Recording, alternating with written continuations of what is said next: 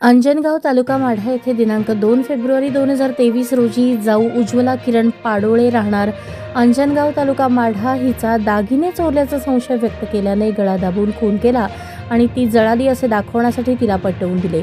या आरोपावरून गीता शंकर पाडोळे राहणार अंजनगाव तालुका माढा हिच्या विरुद्ध करण्यात आलेल्या खटल्याची सुनावणी बार्शी येथील सत्र न्यायालयात होऊन न्यायाधीशांनी आरोपीला खुनाच्या आरोपावरून जन्मठेपेची शिक्षा, 5,000 रुपये दंड आणि पुरावा नष्ट करण्यावरून 3 वर्ष कारावास आणि 2,000 रुपये दंडाची शिक्षा ठोठावली।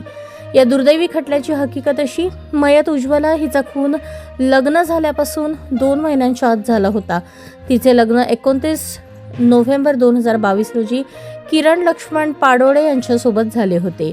तिच्या घरी तिचा पती किरण, दीर शंकर, त्याची बायको आरोपी गीता, सासू सासरे असे राहत होते। उज्ज्वलाच्या लग्नात तिला आईवडिलांनी सोन्याचे दागिने घातले होते। सदरचे दागिने तिने घरातील कपाटात ठेवले होते। पहिल्या संक्रांती सणासाठी ती गड्डा यात्रेला सोलापूरला आली होती। सासरी परत गेल्यानंतर तिच्या लक्षात आले की कपाटातील दागिने गायब आहेत। याबाबत तिने आईवडिलांना कळवले आणि जाऊ गीता हिच्याकडे चौकशी केली। मयत उज्ज्वला ही जाऊ आरोपी गीता हिच्याकडे वारंवार चौकशी करत असल्याने घटनेदिवशी आरोपी गीता हिने जाऊ उज्ज्वला हिचा घरी कोणीही नसल्याने गळा दाबून खून केला आणि ती भाजली असे दाखवण्यासाठी तिला पेटवून दिले असा आरोप गीता हिच्यावर झाला।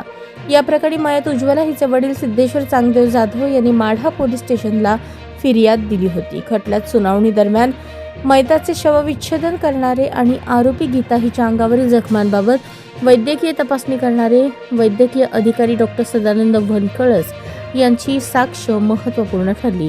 या प्रकरणी न्यायालयात वकील सरकारतर्फे ॲडव्होकेट दिनेश देशमुख, मूळ फिर्यादी मयताच्या वडिलांतर्फे ॲडव्होकेट धनंजय माने तर आरोपीतर्फे ॲडव्होकेट मिलिंद थोबडे यांनी काम पाहिले। कोणत्याही प्रकारचा नेत्र साक्षीदार नसताना देखील केवळ आरोपी विरुद्ध असलेला भरभक्कम परिस्थितीजन्य पुरावा आणि वैद्यकीय पुरावा यावरून आरोपीला जन्मठेपेची शिक्षा होण्याची ही दुर्मिळ घटना।